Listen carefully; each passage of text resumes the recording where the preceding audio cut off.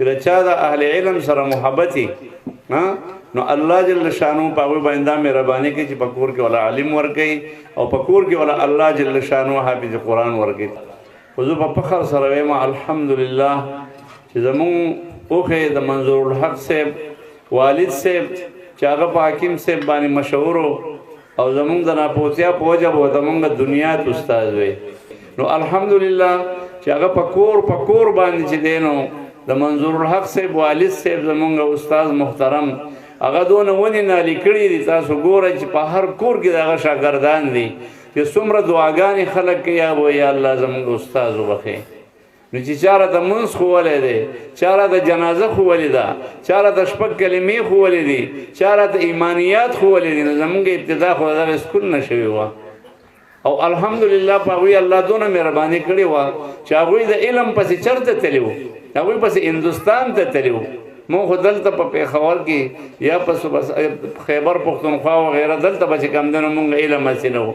هغوی به هندوستان ته تله، نو هغوی د هندوستان نه د ځان سره علم راوړو، په باډوان کې علم خور کو او د هغې برکات د هغوی په کور کې راله. که زه تاسو په هغوی باندې دیو د مدرسې تعارف وکړو چې دا مدرسه فاروقیه ده او سکول الفاروق پبلک سکول دی. د حضرت عمر فاروق رضی الله تعالی عنہ په نوم باندې چې د حق او د باطل په منځ کې دا یو فرق دی، دا فاروقیه ده او دا الفاروق دی.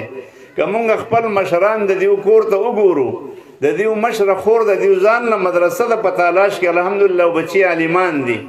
بیا ورپسې زمونږ استادي کې بیت الله صاحب د هغوی په کور کې الله پاک عالم پیدا کو، د ابراهیم صاحب په کور کې الله پاک انس عالم پیدا کو، د منظور الحق صاحب په کور کې الله لونه او زامن ټول چې کوم دی نو هغه عالمان کړه.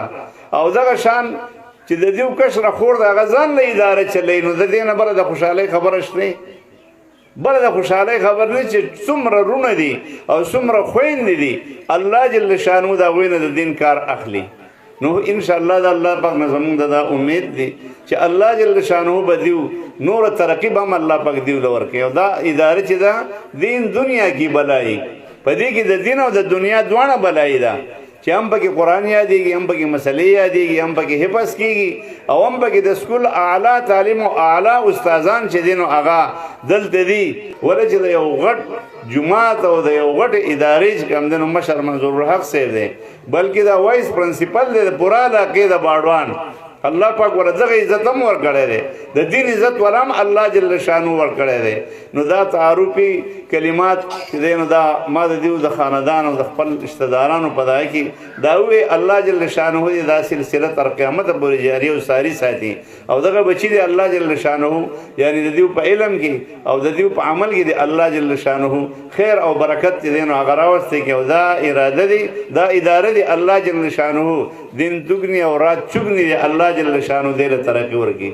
او دا اداره دی الله پاک د علاقې لپاره د خیر ذریعہ چې ټول یعنی ماشومان دلته راشي او د دې ځای نه وځي چې هغه د پټکو او هغه د علم او هغه د حفظ او هغوی چې کوم دی نو غټ غټ سکالران چې دی نو هغه د دې نه وځي.